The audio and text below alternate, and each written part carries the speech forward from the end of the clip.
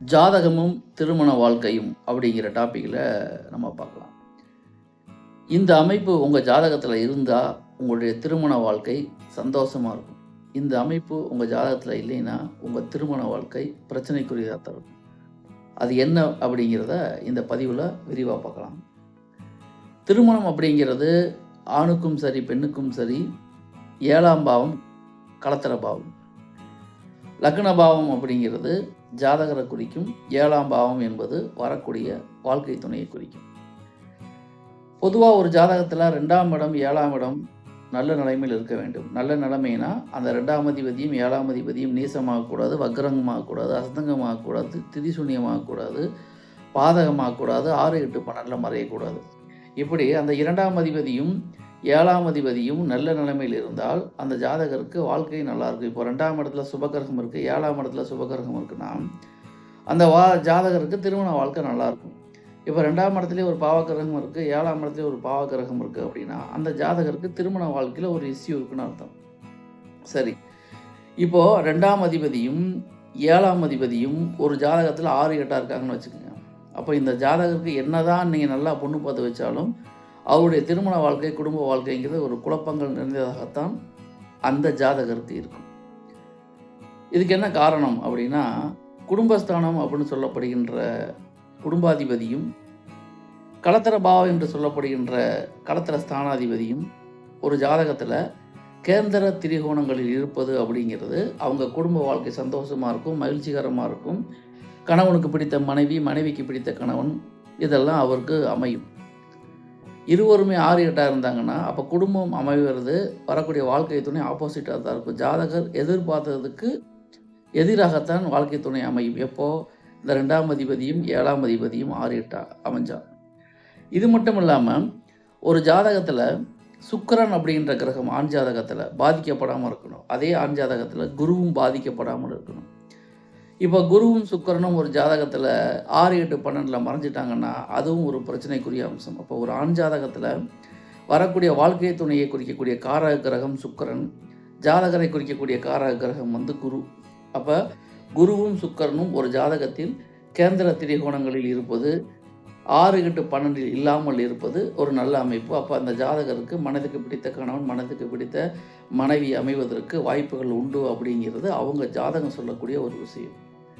இது ஆண் ஜாதகத்தில் இப்படி. பெண் ஜாதகத்தில் செவ்வாயும் சுக்கிரனும் 6, 8 இல்லாமல் இருக்கணும். பெண் ஜாதகத்தில் லக்னத்துக்கு 2ஆம் அதிபதியும் லக்னத்துக்கு 7ஆம் அதிபதியும் 6, 8 இல்லாமல் இருக்கணும். இந்த அமைப்பு இருந்தால் வரக்கூடிய கணவன் மனைவிக்கு இடையே ஒருமித்த கருத்து இருக்கும், நினைச்ச மாதிரி வாழ்க்கை இருக்குது. இப்போ ஆண் ஜாதகத்தில் லக்னாதிபதியும் 7ஆம் அதிபதியும் ஒருவருக்கொருவர் கேந்திர திரிகோணங்களில் இருக்கிறார்கள் அப்படின்னா அந்த ஜாதகருக்கு வரக்கூடிய மனைவி நல்லா தான் இருப்பாங்க. அதே சமயத்தில் பெண் ஜாதகத்திலையும் லக்னாதிபதியும் 7ஆம் அதிபதியும் கேந்திர திரிகோணங்களில் இருந்தால் அந்த ஜாதகருக்கு மன வாழ்க்கை திருப்திகரமாக இருக்கும். இது ஒரு பாயிண்ட். லக்னாதிபதியும் 7ஆம் அதிபதியும் நல்ல நிலைமையில் இருந்து குருவும் சுக்கிரனும் 6, 8 இருந்தால் அது ஒரு 50% தான். பெண்ணுடைய ஜாதகத்தில் லக்னாதிபதியும் 7ஆம் அதிபதியும் நல்லா இருந்து செவ்வாயும் சுக்கிரனும் 6, 8 இருந்தால் அதுவும் 50% தான். இது மட்டும் இல்லாமல் 2ஆம் அதிபதிக்கு வீடு கொடுத்தவர், 2ஆம் அதிபதிக்கு சாரம் கொடுத்தவர், 7ஆம் அதிபதிக்கு வீடு கொடுத்தவர், 7ஆம் அதிபதிக்கு சாரம் கொடுத்தவர், இவர்களும் நல்ல நிலைமையில் இருக்க வேண்டும். அப்போ அவர் ஆணுடைய ஜாதகமாகட்டும் பெண்ணுடைய ஜாதகமாகட்டும் நீங்கள் திருமணம் அப்படிங்கிற ஒரு கான்செப்டை பார்த்தீங்கன்னா லக்னாதிபதியும் 7ஆம் அதிபதி நல்லா இருக்கணும், 2ஆம் அதிபதியும் 7ஆம் அதிபதி நல்லா இருக்கணும், குருவும் சுக்கிரனும் நல்லா இருக்கணும், பெண் ஜாதகத்தில் செவ்வாயும் சுக்கிரனும் நல்லா இருக்கணும். இந்த அமைப்பு வலுவாக எந்த விதமான பாதிப்புகளும் இல்லாமல் இருந்தால் திருமண வாழ்க்கைங்கிறது இந்த ஜாதகருக்கு நினச்ச மாதிரி சந்தோஷமாக இருக்கும். மாறாக இந்த 4 கேட்டகரியுமே பாதிக்கப்பட்டிருந்தால் அவருக்கு மன வாழ்க்கை என்பது ஒரு கேள்விக்குறி தான். இல்லற சுலபம் என்பது ஒரு கேள்விக்குறி தான். அப்போ உங்களுக்கு எப்படிப்பட்ட வாழ்க்கை துணை வரும் அப்படிங்கிறத உங்கள் ஜாதகமே சொல்லிடும். உங்கள் ஜாதகத்தை பார்த்து அதுக்கு தகுந்த மாதிரி தான் மணப்பெண் அமையுமே தவிர ஜாதகத்தில் ஒன்று நினச்சதுக்கு ஒன்றா மணப்பெண் அமைவதற்கு வாய்ப்புகள் குறைவு. எனவே உங்கள் ஜாதகத்தில் பாருங்கள், உங்கள் திருமண வாழ்க்கை எப்படி இருக்குங்கிறது உங்கள் ஜாதகம் தான் சொல்லணும். வரக்கூடிய வாழ்க்கை துணை எப்படி இருக்குங்கிறத உங்கள் ஜாதகம் தான் சொல்லும். எனவே உங்கள் ஜாதகத்தை விலாவரியாக பார்த்துக்குங்க. உங்களுக்கு வாழ்க்கை துணை சங்கடமாக இருக்குமா இல்லை சந்தோஷமாக இருக்குமா அப்படிங்கிறது உங்கள் ஜாதகத்தை பார்த்தே தெரிஞ்சிடலாம். நான் சொல்கிறது எல்லாமே பொதுவான தகவல் தான்.